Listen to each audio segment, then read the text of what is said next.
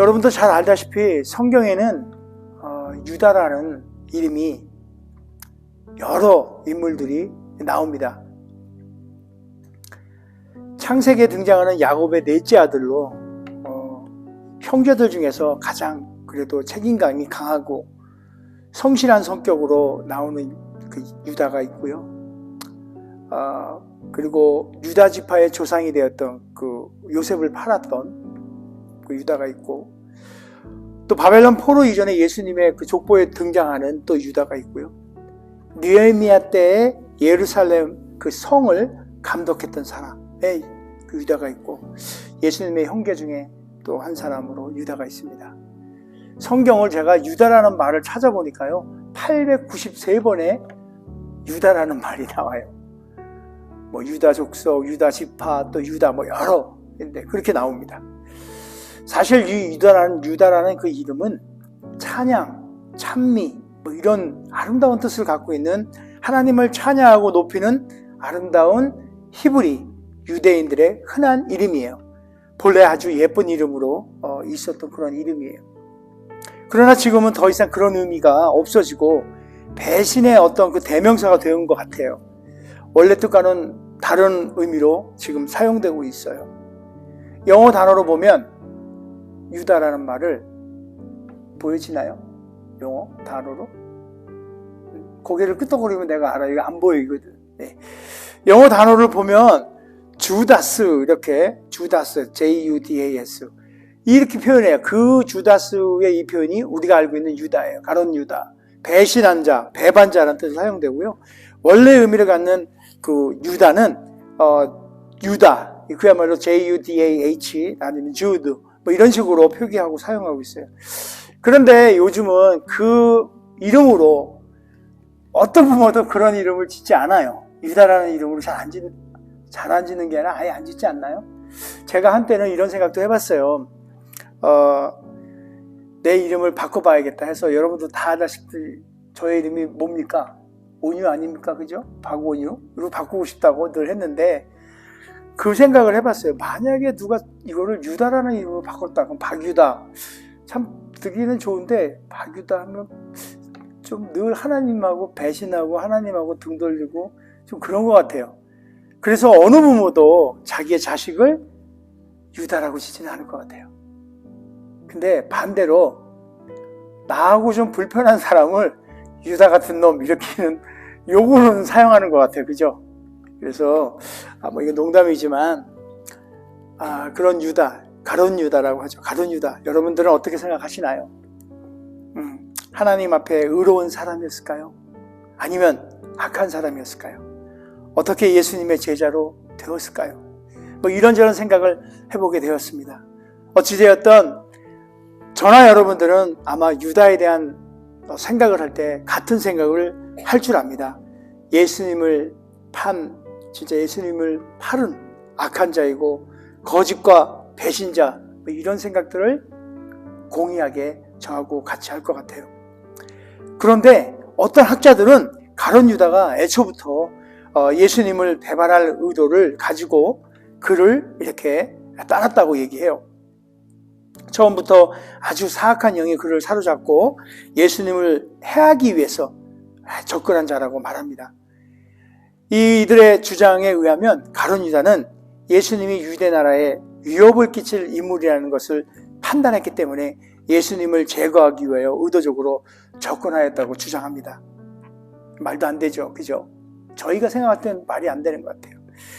그러나 그렇게 주장하는데도 불구하고 우리가 성경을 보면 앞뒤 맥락들을 이렇게 잘 살펴보면 정말 그렇지 않다는 걸 분명히 알 수 있어요.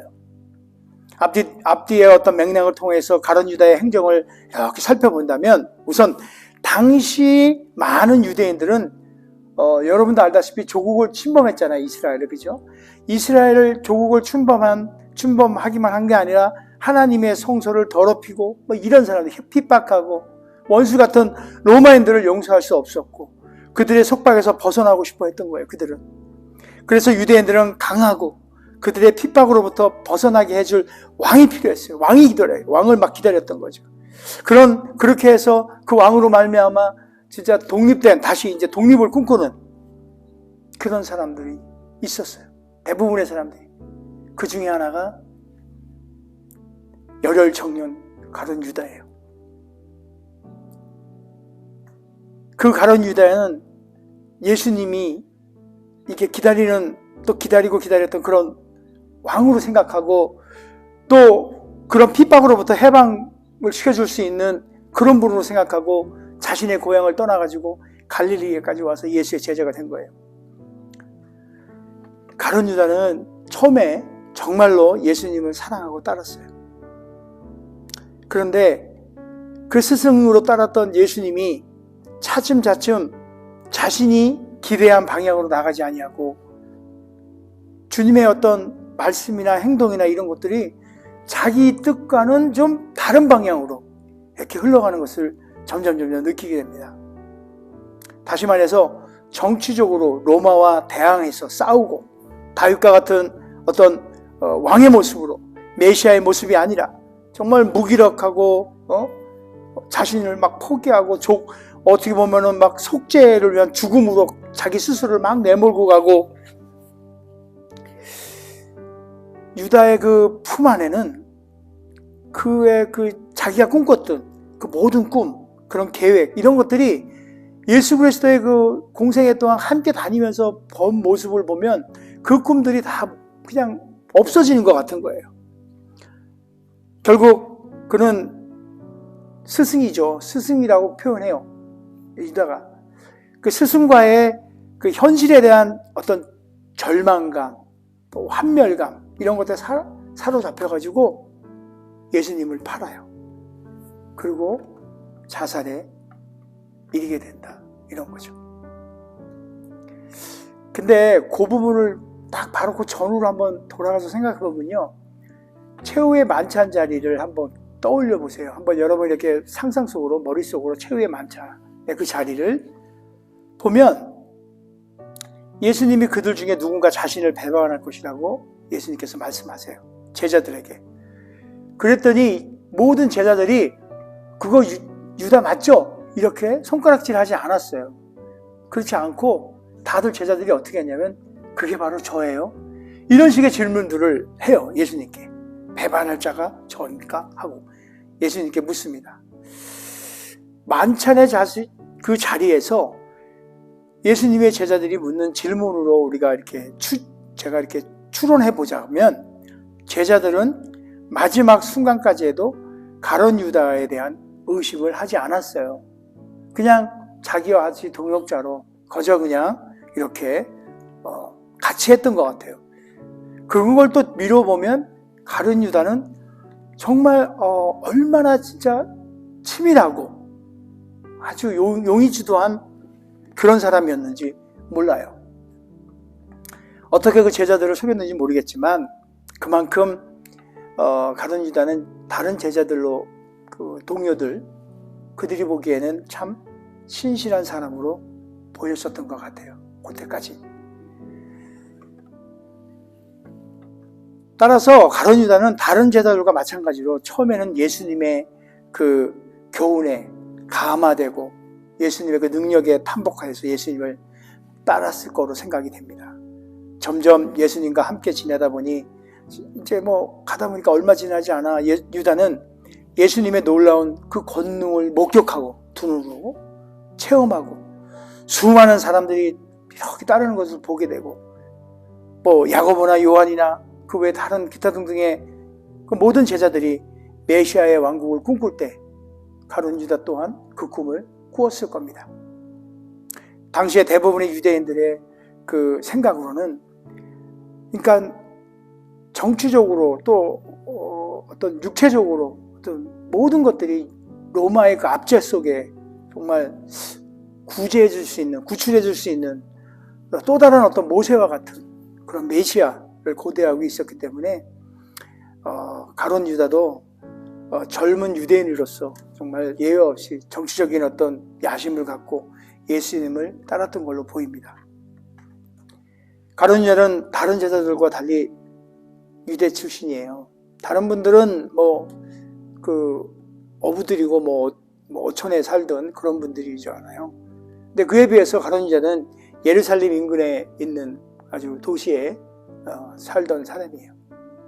그래서 다른 제자들보다 조금 더 높은 교육을 받은 사람이에요.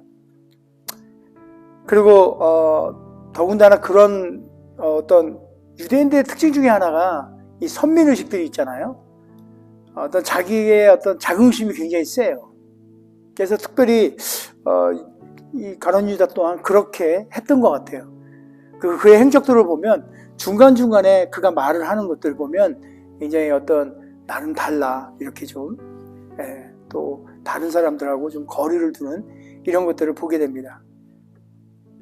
갈릴리 지역에서 태어나서 그 지역을 벗어나 본 적이 없는 그런 다른 어떤 제자들과 달리 유대 지역에서 태어나서 이렇게 갈릴리 지역까지 흘러 들어온 걸 보면 세상적인 경험도 가룟 유다는 많이 했을 것 같아요.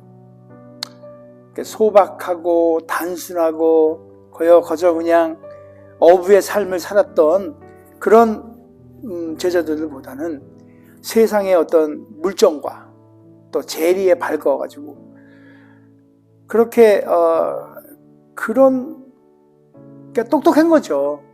그러니까 세리 마태보다 세리의 마태를 젖혀놓고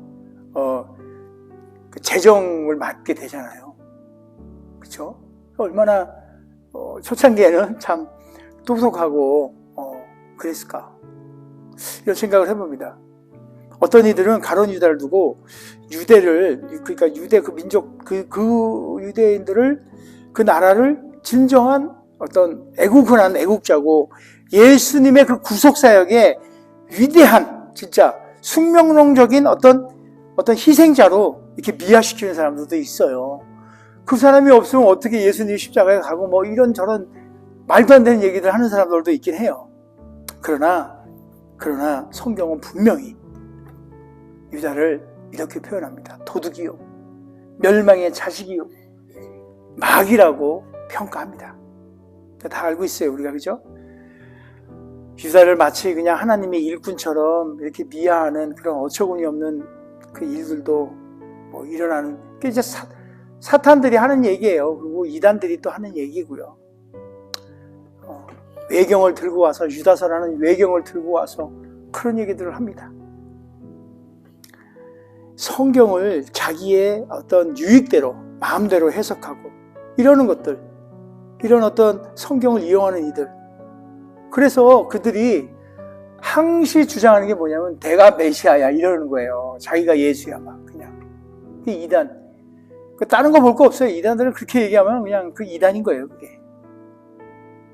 정말 시대적으로 안타까운 것은 요즘 많은 크리스찬 젊은이들이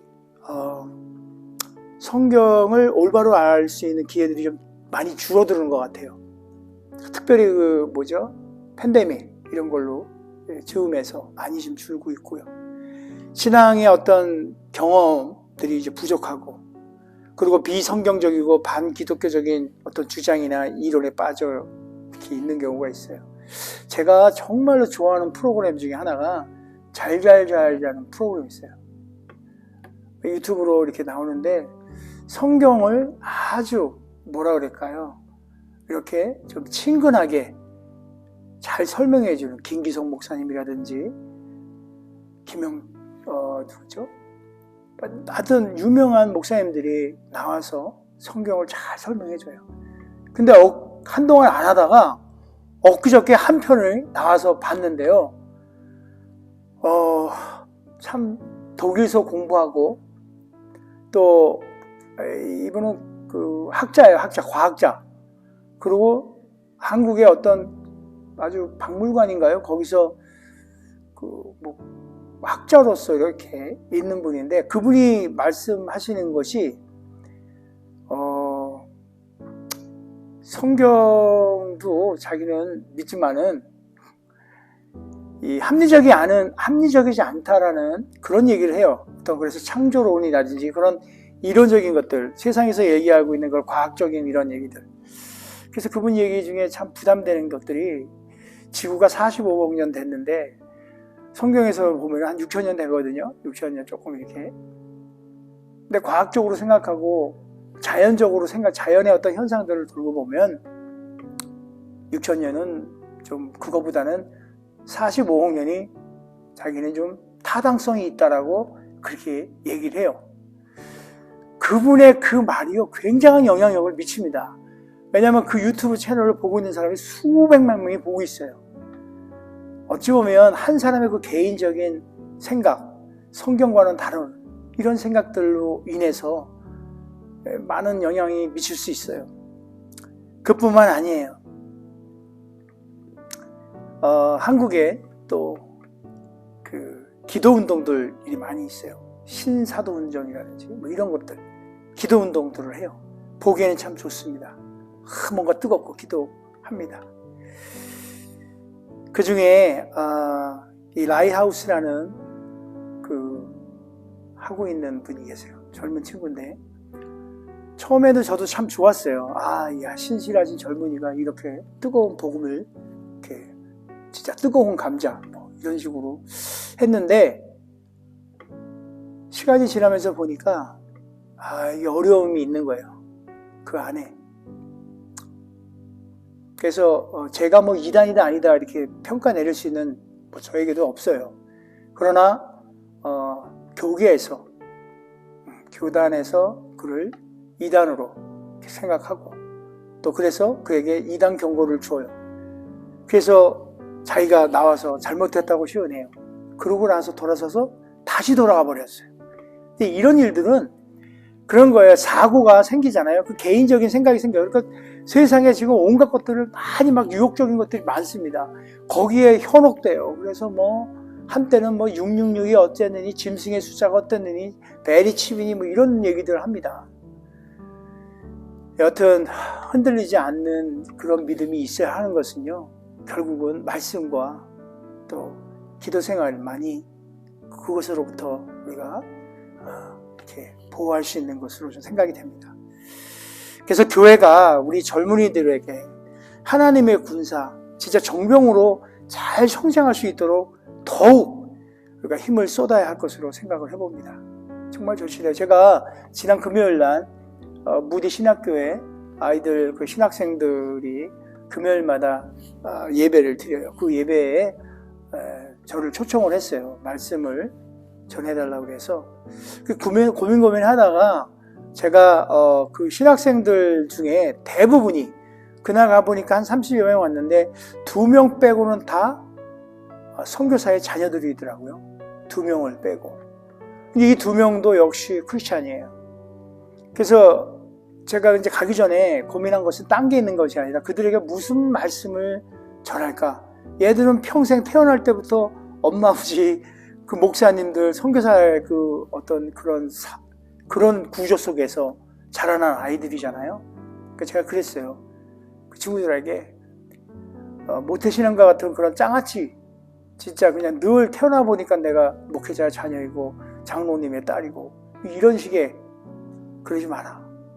그리고 그리스도인으로 부름받은 우리는 오직 한 가지다. 선교와 전도와 선교.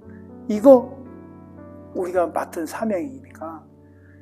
하여튼 뭐 그런 얘기들 했어요. 지금 뭐 우리 어디에요? 시리아 지역 이쪽에 그 이름, 전 나라 이름도 참 어려운데 뭐 그렇죠? 하여튼 지진도 나고 여러 명 지금 안디옥 교회라고 세워놨는데 그것도 무너지고 지금 너무너무 힘들어요. 얼마나 우리가 이렇게 얼마나 안전합니까? 진짜 여기 안전해요. 미국 얼마나 안전해요? 뭐 없잖아요. 그리고 여긴 전쟁 날 우려가 거의 없는 것 같아. 이런 좋은데 여러분 와서 이 좋은 학교에서 하나님을 배워가는 이 일을 하는데 이 은혜, 이 받은 사랑의 이 은혜를 여러분 여기 갖고 있어. 여기만 품고 있지 말고 선교와 전도 가운데 하나님을 전하는 일에 여러분 목숨 걸어야 합니다. 이렇게 제가 도전했어요. 아무튼 교회가 우리가 해야 될 일들이에요. 젊은이들에게 복음을 진정하고 올바른 복음 이렇게 해야 될 줄 믿습니다. 물질 숭배와 황금 만능주의가 진짜 세상은 물론이고 이 교회까지도 진짜 삼키려고 그냥 시뻘겋게 눈을 뜨고 그냥 활기차게 돌아다녀요. 그런 물질로부터 우리가 좀 자유로워야 되는데 매여지잖아요. 거기에. 한번 여러분 스스로에게 한번 얘기를 나눠보세요. 내가 물질에 이렇게 좀 자유로운가? 언젠간 제가 한번 말씀드렸지만 미국 와서 제가 살면서 늘 겪는 거예요. 빌이요, 빌. 가스빌, 전기빌, 인터넷빌, 무슨 빌만 대다가 가는 것 같아요. 물질에 빌빌 되는 거예요. 빌빌. 사실 필요하죠. 재물 다 필요하죠. 오늘 우리가 생각하고 있는 가룟 유다 보세요. 은 30에 팔아요. 예수님을. 그러니까 물질, 돈 이런 것 일만 악의 뿌리라고 하잖아요. 우리가. 돈과 물질의 노예가 아니고 돈과 물질을 다 지배하시고 운행하시는 하나님의 일을 정말 효과적으로 선용할 수 있도록 우리가 그 물질도 우리 또한 그렇게 그런 삶을 살아내야 되지 않을까 생각합니다. 예수님께서는 가룟 유다에게 이래요. 그러니까 제자들한테 다 마찬가지죠. 배반할 것을 계속 암시해요. 언급하고. 그러고선 회개할 기회들을 주고 있었어요. 그러나 유다는 끝내 그 기회를 뿌리치고 무시하고 자신의 욕심에 따라 스스로의 그 멸망의 길을 선택합니다. 잠시 한번 생각해 보시길 바랍니다. 우리가 모르고 짓는 죄들이 많아요. 그런데 그때마다 우리 하나님께서는 동료를 통해서, 또 친구를 통해서, 또 교우를 통해서, 말씀을 통해서 모르는 사이에 우리에게 하나님께서 말씀하세요. 회개하라고. 그런데 우리 욕심이라는 그 어마무시한 것이 우리 눈에 가려져서 보이지 않을 때가 있어요. 여전히 배신의 길 가고 있는 것 같아요.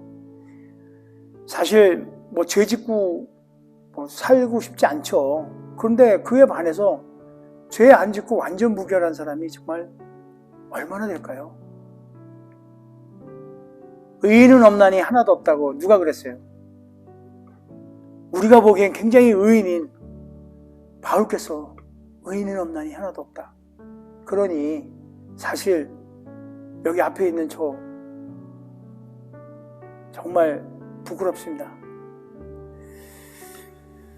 그럼에도 불구하고 우리 예수님께서 늘 기다려주신다는 걸 우리가 알고 있어요. 근데 그것도 무기 삼아서 어떤 분은 그래요.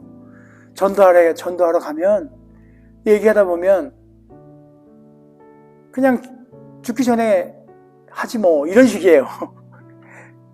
그 전에 할 기회도 없이 탁 데려가면 어떡하려고 이런 얘기를 하지만 여러분 가룟 유다가 예수님을 팔고 나서 후회를 해요. 자책도 하고 예수님께서 십자가에 돌아가시는 걸 보고 정말 후회하고 막 그래요. 그래서 자기에 대해서 그 후회스럽고 이런 것들에 대해서 후회는 하는 거예요. 그러나 뉘우치기는 해요. 그러나 회개를 하지 못해서 그걸 견디면서 자기 목숨을 자기가 끊잖아요. 터져서 이게 다 나오죠. 참 안타깝습니다. 그에 비해서 우리 알고 있는 베드로는 어때요? 베드로도 배신하잖아요. 3번이나 부인하고. 부인 정도예요, 어디? 막 저주까지 해버리잖아요. 그런데 어때요? 베드로는 후회를 넘어서 진정한 어떤 눈물의 회개까지 이르러서 회개를 하고 하나님 앞에 돌아오며 회개의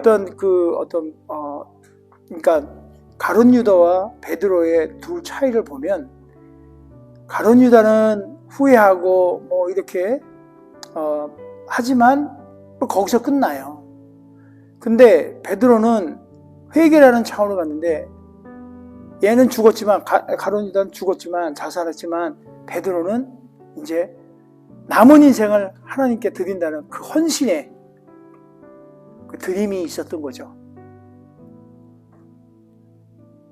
진짜 그런 거, 유다처럼 자신의 죄악에 대한 단지 후회하고 자책하는 것으로만 끝나는 것이 아니야. 진정 죄를 저질렀을 때 베드로와 같이 통회하고 자복해서 돌이켜 회개함으로 하나님 앞에 헌신해 나가는 것. 그런 은혜들이 저와 여러분 삶 속에서 있기를 원합니다.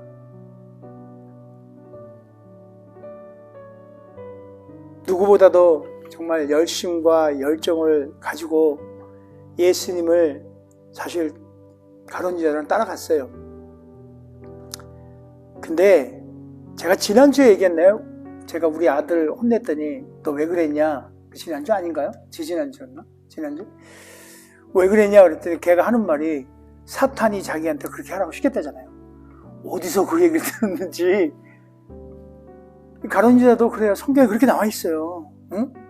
오늘 본문의 말씀이에요. 누가복음 22장 3절 말씀. 12 중에 하나인 가룟인이라 부르는 유다에게 사탄이 들어가니. 이런 거예요. 성경은 밝히 말해주고 있어요. 왜 이걸 이렇게 얘기하는 것 같아요? 사탄이 가룟에 들어가가지고 가룟 유다가 그 일을 예수님을 팔고 배신하고 배반하고.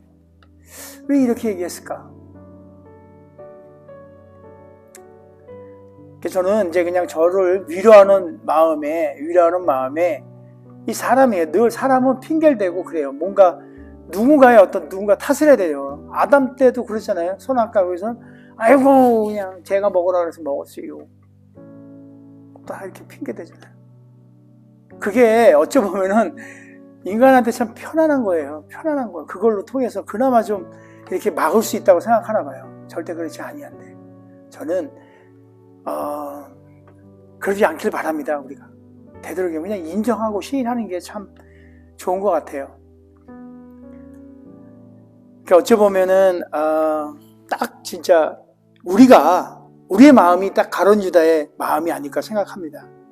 예수님을 처음 만났을 때 우리 생각해봐요. 정말 뜨겁죠. 막 열심을 다해서. 근데 어느덧 이렇게 시간이 지나가면서 굉장히 익숙해지고 모든 것들이. 그러면서 점점 살다 보니까 세상에 어떤 내가 살고 있는 환경 주변을 보다 보면 좀 곤란하고 힘들고 어려운 것들이 이렇게 와요. 그러면서 유다와 같이 어떤 실망감이 이렇게 찾아오는 거예요. 그러다 보니까 우리도 그런 것들, 돈, 물질, 세상 여러 가지 것들에 의해서 실망감이 오면 사탄이 우리 마음을 이렇게 와서 주장하고 우리에게 속삭이는 것 같은 거예요. 그래서 극기야는 예수님을 멀리하고 정말 떠나버리고 마는 우리 주변에 종종 봅니다. 우리의 삶이 그래요. 내가 꿈꾸고 바라던 모든 것들은 어느 한순간 무너져 내릴 때 사탄은 우리에게 와요. 속삭여요. 그리고 우리가 이제 이렇게 진짜 두 손 모아서 주님 앞에 와가지고 기도하고 반드시 나의 기도의 응답은 들어줄 것이라고 생각하고 어떨 때는 그 기도하다 보면 마음속으로 이제 된 것 같아 막. 그런데 열심히 기도하고 그랬는데 꼭 예수님이 다 들어준 것 같아 막. 그랬는데 막판에 이렇게 보면은 탁 뒤집어져서 우리 뜻대로 되지 않을 때가 있어요. 그러면 하나님이 날 배신했다고 생각하는 거예요. 기도의 응답이 안 되니까. 그러면서 거기서 삐딱하게 돌아가가지고 심지어는 하나님은 없다. 여러분 그냥 예를 들어가지고 자녀가 대학을 가기 위해서 열심히 공부하고 부모가 열심히 기도를 해요. 근데 원하는 대학에 못 갈 수도 있어요. 그렇게 되잖아요. 그렇게 되면 어떨까요? 하나님이 없는 거예요, 그거? 자, 그거는 그렇다고 쳐요. 그런데 내가 사랑하는 자녀가 아파. 그를 위해 기도해줘. 그러는데 결국 하나님 품으로 가요. 내 부모님이 아파. 그래서 기도해요. 근데 결국은 하나님 품으로 가요. 내 사랑하는 자가 그래요. 그러고 났더니 결과는 내 뜻대로 된 거 아니에요. 근데 중간에 과정 속에 막 되는 경우도 있잖아요. 그러다 보니까 믿음이 더 이렇게 담대해진 것 같고 막 이래. 근데 결국 막판은 내가 원하는 대로 안 돼. 그러니까 어떤 이들은 하나님은 세상에 없다. 제가 많이 봤어요, 그런 사람들. 그래가지고 그 사람들은 유다처럼 주님을 배신하고 돌아서는 정도가 아니고요. 나아가지고 내가 하나님을 진짜 그만 안 놔둔다. 복수하려고 하나님한테. 말도 안 되죠, 그죠? 그런 마음으로 교회를 등지고 세상을 진짜 이렇게 해가지고 세상을 통해서 또 자신의 유익을 찾는, 그게 정말 인간의 욕심들인 것 같아요. 여러분, 사울이 바울이 된 이 사건을 우리가 잘 알잖아요, 그죠? 사도 바울이 사울이었던 때와 바울이었던 때, 사울에서 바울 된 이런 경험들 우리가 많은 그리스도인들 통해서 접해요. 성경뿐만 아니라 이렇게 그리스도인들의 간증을 통해서 많이 보잖아요. 그런데 혹시 바울과 같은 그런 믿음의 용사였는데 사울같이 된 그런 간증 들어본 적 있나요? 없죠? 왜냐하면 맨 교회에서 그런 간증하는 사람이 없잖아요. 그런데 보이지 않게 있어요. 그런 사람들. 정말 우리 전도 대상자라고 만나보면 완전히 닫혀있어요. 닫혀있는 정도가 아니라 오히려 더 꼬꾸라뜨리게, 우리를 더 꼬꾸라뜨리게 하려고 막 그냥 그래요. 자, 결론입니다. 신앙생활은 영적 싸움이에요. 우리 다 알죠? 잠시 잠깐 한눈을 팔면 그 사탄의 속임에, 유혹에 넘어가고 맙니다. 지금도 사탄은 우는 사자와 같이 우리 주위를 맴돌며 우리를 유혹하여 넘어뜨리려 온갖 애를 다 쓰고 있어요. 돈과 물질로, 또 사랑하는 사람의 어떤 마음으로, 또 가족, 형제, 친구, 친척, 그 모든 것들 통해서 그런 것들로 유혹하고, 또 어떤 이들은 또 명예와 사회적인 어떤 존경이라든지 이런 것들, 지위 이런 거, 모든 것들. 평상시에 진짜 안 그렇다가요, 그 자리에 딱 가게 되면 바뀌어요. 사람 마음이 딱 거만하게. 그러니까 이런 아주 온갖 것들로 아주 아름다운 모습으로까지도 와서 우리를 유혹해요. 아주 우리 마음속에 그들이 들어와요. 그러나 그렇게 공격해도 우리에게는 아주 그냥 원천봉쇄할 수 있는 무기를 우리 하나님께서 주셨어요. 세상의 유혹에 빠지지 않는 최고의 방법을 알려주셨어요. 여러분이 다 알다시피, 또 오늘 우리 장로님께서 기도 중에 말씀하셨어요. 말씀과 기도 외에는 다른 방도가 없습니다.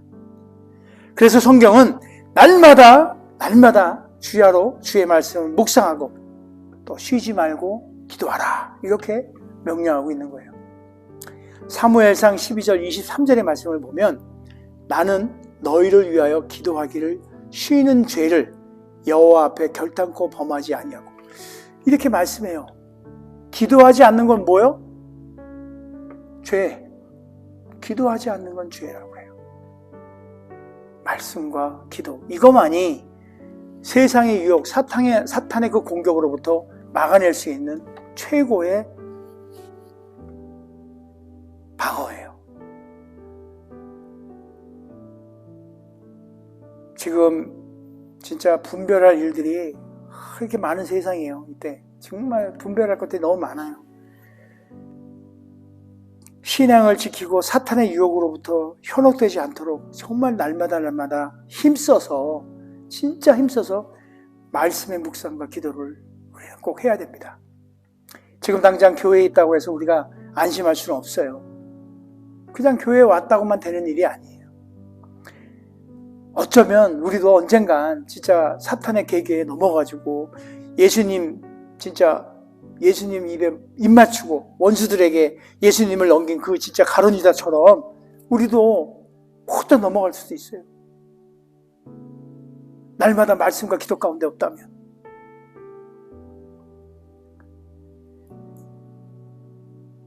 하나님, 그 영원한 하나님의 나라의 축복을 놓치고 싶지 않다면 말씀과 기도로 날마다 우리 자신을 살피고 또 살펴야 합니다. 우리를 위해 진짜 당신의 목숨을 내어주신 예수님, 그분이 지셨던 십자가를 우리도 함께 지고 그 길을 따라가야 할 텐데 그 과정 중에는 많은 유혹들이 옵니다. 힘들잖아요. 날마다 말씀과 기도로 그래야 해서 주님의 그 복음이 물이 바다 덮음같이 온 세상을 덮어지는 그날까지 저와 여러분은 사탄의 유혹으로부터 딱 벽을 치고 오직 예수 그리스도 그 십자가를 바라보며 주님을 바라보며 쉬지 말고 한순간도 쉬지 말고 기도하시기를 축원드립니다.